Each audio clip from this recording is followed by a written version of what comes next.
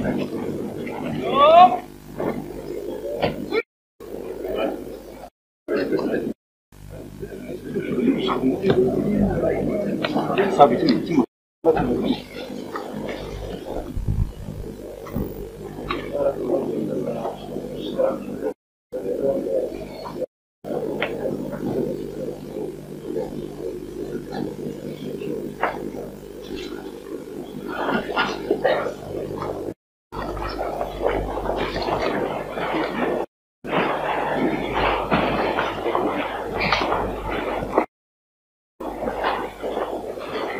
photographe.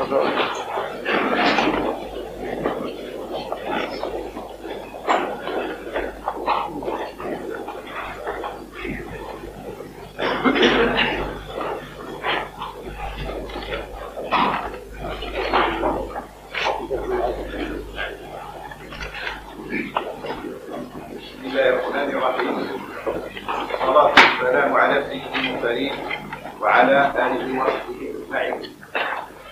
صاحب السمو الملكي ولي العهد الأمير الجليل سيدي محمد، السيد وزير الدولة، السيد رئيس مجلس النواب، السيد الوزراء، السادة السفراء، أساتذتنا الأجلاء، ضيوفنا الأعزاء، سيداتي سادتي، إن رئاسة صاحب السمو الملكي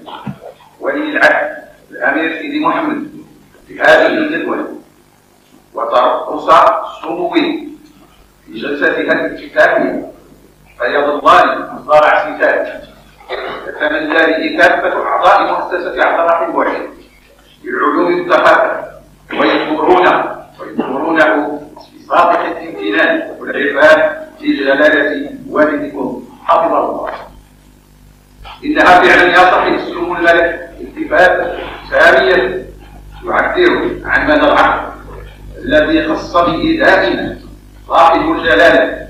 ذلك الرجل الذي تحمل مؤسسة نسمعه وهو من كان وفاء بمقومات الأمة وارتباطا بطموحات الشعب المصري، وإنها أيضا إشارة قوية للشباب المغربي تحثه على اعتماد المناهج العلمية لاستيعاب محفزات التحول الديمقراطية في نفس المستوى مع التزامه على مستوى الأفراد والجماعات لما يحمل هذا المفهوم من قيم حضارية وأخلاقيات إنسانية. وإنها أخيرا بالنسبة لمؤسستنا حافز قوي على المقاربة في النهج الذي صارت عليه في طرح القضايا الأساسية التي تقوم بلادنا على أسس المقاربة العلمية والتوجه الوطني والتفتح الفكري. ولقد تم تنظيم هذه الندوة الدولية حول صياغ الانتقال والديمقراطية عبر العالم على نفس هذا النهج، مما دعانا إلى الاهتمام بإشغالها بجانب باحثين مغاربة على ثلة من ذوي الخبرة الدولية والاختصاص العلمي في الموضوع، واغلبهم لا يتكلمون العربي. ورعيا بهذه الخاصية أذن سمو ولينا أن تكون الفرنسية لغة المخاطبة في هذه الجلسة الافتتاحية، كما استجاب التماسنا من سموه أن تكون كلمته السامية أثناءها بالفرنسية أيضا. وإنني أجدد لكم يا صاحب السمو نيابة عن كافة أعضاء مؤسسة عبد الرحيم بوعيد والهيئة المنظمة للندوة والأساتذة المشاركين في إشغالها أسمى اعتبارا الشكر والامتنان استدين سموه أن تفتتح بسم الله الرحمن الرحيم هذه الجلسة، وذلك إذا سمح سموه بكلمة موجزة بالفرنسية. Son Altesse Royal le Prince héritier Sidi Mohamed, Monsieur le ministre d'État, Monsieur le Président de la Chambre des représentants, Messieurs les ministres, Messieurs les ambassadeurs, Messieurs les professeurs, nos chers invités, Mesdames, Messieurs, la Fondation Abdelrahim Bouaid pour les sciences et la culture a l'insigne honneur d'accueillir Son Altesse Royale le Prince héritier Sidi Mohamed, qui a bien voulu lui accorder cet inestimable privilège de présider les travaux de son forum politique consacré aux transitions démocratiques dans le monde. Permettez-nous, votre Altesse, de voir dans ce privilège un geste par lequel votre auguste Père, Sa Majesté Hassan II, et votre Altesse royale avaient sans doute voulu honorer la mémoire de Feu Abdallah Wahid, ce modèle de patriotisme et de fidélité aux valeurs nationales. C'est en tout cas pour la fondation qui porte son nom une source de fierté qui l'encouragera à persévérer dans son souci de contribuer à l'animation des débats nationaux autour des grandes questions qui intéressent le présent et l'avenir de notre pays, et ce, dans un esprit constant d'ouverture, de tolérance et de confrontation sereine des idées et des expériences. Permettez-nous, votre Altesse, de voir également dans ce privilège un signe fort à l'adresse de la jeunesse marocaine, l'incitant à redoubler de foi en notre pays et en sa marche irréversible vers une vie démocratique vivante et progressive, respectueuse du référentiel historique et culturel de notre peuple, ouverte sur les valeurs universelles du monde moderne et à l'écoute des aspirations des forces vives de la nation. Nous sommes convaincus qu'à cet égard, le discours par lequel votre Altesse ouvrira tout à l'heure les travaux de cette rencontre internationale sera le moment fort de cette manifestation. Aux participants, notamment étrangers, il fournira en particulier l'éclairage le plus pertinent sur les acquis et les perspectives de l'une des rares expériences démocratiques dans les pays arabo-musulmans, celle que vit notre pays sous la haute et sage conduite de Sa Majesté le roi Hassan II. Il conférera sûrement au débat et aux conclusions de ce forum un impact et un retentissement profond au sein de l'opinion publique. Il constituera en tout cas une référence de base pour nos travaux qui vise avant tout à alimenter un débat hautement scientifique, serein et éclairant sur les problèmes de la démocratie dans le monde moderne, au plan aussi bien des concepts que des formes institutionnelles et des modalités de mise en œuvre. Ce choix délibéré d'une approche aussi large du sujet et avec autant de liberté d'esprit que possible est justifié par le haut niveau scientifique des chercheurs nationaux et internationaux qui y participent, ainsi que par la diversité de leurs expériences et de leur sensibilité, ce qui constitue le gage pour les travaux du forum d'un maximum d'objectivité et de pertinence. Permettez-nous, Altesse, de leur rendre du haut de cette tribune un petit grand hommage et de leur exprimer notre amicale et sincère considération. Altesse, Monsieur le Président de la Chambre, Monsieur le Ministre d'État, Messieurs les ministres, Messieurs les ambassadeurs, Messieurs les professeurs, nos chers invités, Mesdames, Messieurs, ce n'est pas la moindre démarche de maturité de notre société civile que de pouvoir réunir dans le cadre de cette jeune fondation un aussi large auditoire pour débattre d'un sujet actuel et donc aussi naturellement propice aux polémiques, en privilégiant cependant l'approche scientifique qui invite moins à se positionner qu'à se poser sereinement des questions, voire accepter de remettre en cause cette conviction tenace. Et qu'en effet, aucun sujet n'y sera tabou. L'intitulé choisi par ce forum peut lui-même sans doute prêter à un large débat. L'universalité des concepts et des formes d'expression de la démocratie, au regard des spécificités culturelles et des référentiels spirituels, n'est-ce pas là un autre sujet qui appellera divergence et discussion? L'analyse des rapports entre la démocratie et les impératifs du développement économique ne fera sûrement pas non plus l'objet d'approches convergentes. En fait, le souci de la fondation est de faire de ce forum, au moment où notre pays s'engage dans une nouvelle phase de famille démocratique, une étape pour une évaluation objective des exigences théoriques et des contraintes historiques de la démocratie. Une base comparative des expériences que différencient l'histoire et la géographie, et dans un cadre impératif où interviendront les chercheurs ayant fait une connaissance parfois indirecte de nos réalités nationales, mais tous au fait d'expériences étrangères riches d'enseignements. Sans doute est-il opportun de rappeler que notre expérience nationale nous enseigne ce que notre expérience nationale nous enseigne, à savoir que la démocratisation des institutions est un processus lent, non linéaire, obéissant à une dialectique complexe où interfèrent l'économique, le social, le culturel et le politique. À la lumière de cette expérience, nous ne sommes pas portés à partager certaines tendances à croire aujourd'hui que la démocratie peut être enfantée par césarienne, prescrite par les tenants qui sont du nouvel ordre international, qui constitue l'équivalent au plan politique de la mise à niveau exigée au plan économique par la globalisation des marchés et le triomphe du libre jeu de la concurrence internationale. Pour nous, Marocains, nous ne pouvons en tout cas oublier que le point de départ du processus actuel de démocratisation remonte à plus de 50 ans, précisément à cette charte pour l'indépendance, qui a solennellement scellé en 1944 les termes de référence de la révolution du roi et du peuple, cette révolution dont l'avènement a été l'œuvre dure et patiente de toutes les forces vives d'une nation unie autour de son roi. Notre fondation qui porte le nom de l'un des acteurs privilégiés de ce processus historique a tenu à ce que ce forum coïncide avec la commémoration du 4e anniversaire de sa disparition. Patriote de la première heure, Abdelrahim Bouazizi a été certes aussi une grande figure du socialisme marocain. En pleine arrogance du socialisme réel, il n'a cependant jamais cessé de croire et d'enseigner que la démocratie doit être le moyen et la fin de toute action politique.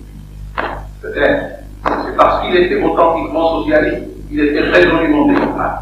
En vérité, l'histoire gardera, surtout de cet homme, l'image d'un grand militant des causes nationales et de la démocratie. C'est pour cela que son souvenir sera présent au long de nos vies.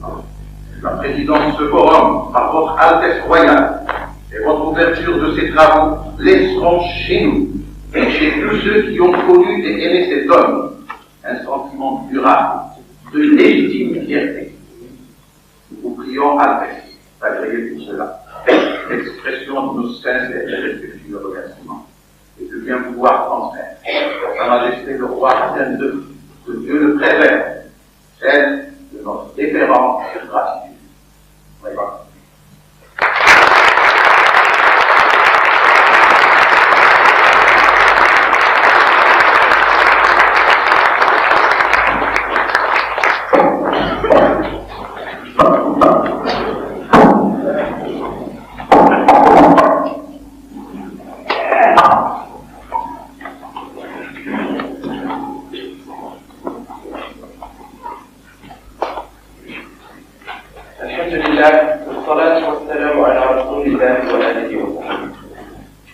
Monsieur le Président de la Fondation Abdelrahim Bouazizi, Mesdames, Messieurs, permettez-moi tout d'abord, Monsieur le Président, de vous dire combien je suis sensible au privilège qui m'échoit d'ouvrir les travaux de ce deuxième forum politique que la Fondation Abdelrahim Bouazizi consacre aux transitions démocratiques dans le monde. D'un intérêt éminemment actuel, le sujet choisi traduit aussi cette volonté novatrice qui, depuis le début, n'a cessé d'inspirer la démarche des membres de votre association, déterminés qui comptent à susciter les sentiers battus et à élever le débat au niveau de la conscience claire des réalités de notre temps. Ce faisant, nous ne pouvons mieux se montrer fidèles à l'esprit de notre cher disparu, dont la dimension de leader hors pair n'a jamais estompé celle de grands hommes d'État. Faut-il rappeler à ce propos qu'agir par des moyens politiques n'avait d'autre sens pour lui que de permettre au Maroc d'optimiser la politique de ses moyens. Le visionnaire qu'il habitait savait en effet céder la place au réalisme quand il le fallait. Mais par-delà les motivations politiques et idéologiques qui le faisaient agir, c'est Abdelrahim Bouazizi n'en demeurait pas moins en toutes circonstances ce fidèle parmi les fidèles dont le dévouement à sa patrie n'avait d'égal que son attachement à son roi. Je me souviendrai toujours des liens qui l'unissaient dans mon douce père, Sa Majesté Hassan II, que Dieu le préserve. Liens dont la qualité exceptionnelle transcendait tous les contingents, car elle reposait justement sur cette valeur cardinale qu'est la fidélité. Monsieur le Président, Mesdames et Messieurs, au terme de vos débats, vous ne manquerez pas de conclure, j'en suis persuadé, que la démocratie est avant tout une construction continue, un édifice perfectible qui ne saurait demeurer longtemps figé sans s'avancer, ni immuable ni transportable. Elle est par excellence l'expression du génie d'un peuple décidé à vivre dans l'harmonie et la cohésion nationale. C'est en tout cas la leçon que le Maroc a tirée de son expérience en procédant à plusieurs révisions constitutionnelles, car, comme l'a dit mon auguste père, Sa Majesté Hassan II, devant l'Assemblée nationale française, les constitutions et leur fonctionnement évoluent, non certes par pur plaisir du changement, mais parce que le temps passe, que la société change et que vivre, c'est s'adapter. Fin de citation. Idéal universel, la démocratie tire sa vertu de la capacité des institutions qui l'animent à refléter et à renforcer l'unité de la nation, à préserver les fondements culturels et spirituels qui constituent les composantes essentielles de sa personnalité, à permettre l'exercice effectif des droits fondamentaux de l'homme, de la liberté d'initiative et de l'égalité des chances, sans exclusion ethnique, sociale, confessionnelle ou culturelle. C'est par leurs attitudes que les expériences démocratiques nationales, toujours spécifiques, rejoignent l'universel. Nous sommes là, mesdames, messieurs, au centre du sujet qui vous est proposé par ce forum et dont la pertinence est d'autant plus évidente pour nous qu'elle se situe à mi-parcours d'un cycle de réformes institutionnelles promises et entreprises par Sa Majesté le Roi et du Latin. Dans ce cadre, la quasi-unanimité qui s'est réalisée autour de la nouvelle Constitution lors du référendum du 13 septembre 1996 et le succès rencontré par l'approche consensuelle érigée par Sa Majesté le Roi en méthodologie de mise en œuvre des oppositions, montre à n'en pas douter que la démocratie au Maroc, grâce à la clairvoyance de Sa Majesté le Roi et à sa connaissance des réalités du monde moderne, n'est ni un concept abstrait, ni une construction formelle, mais une réalité vivante, produite d'un labeur commun à toutes les forces vives de la nation. Aussi, est-ce avec enthousiasme et mobilisation que le Maroc s'apprête à mettre en place le bicaméralisme et la régionalisation, deux dimensions fondamentales introduites par la nouvelle constitution dans notre système politique, à l'effet d'élargir et d'approfondir le champ de la démocratie aux échelles nationales et locales. Grâce donc à sa constitution révisée, notre pays compte entrer dans une ère nouvelle et progressive de la démocratie. Le niveau de la réalisation de ces promesses dépendra de notre capacité à offrir au quotidien davantage d'espace pour l'exercice des libertés individuelles et collectives dans le respect des valeurs sacrées de notre peuple, de notre aptitude à privilégier le dialogue et la concertation sur la base de la reconnaissance mutuelle par les différentes composantes socio-économiques de la nation, de la légitimité de leurs intérêts respectifs, et avec le souci commun et permanent de faire prévaloir l'intérêt général sur les intérêts personnels et catégoriels, enfin de notre ingéniosité à avoir de l'ambition pour notre pays, avant d'en avoir pour nos personnes ou pour nos clans. De la démocratie dans notre pays dépendra aussi, et dans une large mesure, de la détermination de sa jeunesse à s'investir dans la vie nationale et à apporter sa contribution dans l'animation de ces institutions aux échelles nationales, régionales et locales. Ainsi, Monsieur le Président, grâce à la conduite éclairée de notre roi, grâce aux ressources de notre histoire, grâce aux potentialités de notre pays et aux promesses de sa jeunesse, saurons-nous, dans la démocratie et par la démocratie, relever tous les défis du XXIe siècle. Monsieur le Président, Mesdames, Messieurs, avant de conclure, je voudrais saluer nos amis qui sont venus de l'étranger pour prendre part à ce forum et leur souhaiter un agréable début de séjour. Je voudrais aussi exprimer à tous les participants plein succès pour ces assises dont les conclusions ne manqueront pas d'enrichir la pensée politique marocaine. Je vous remercie.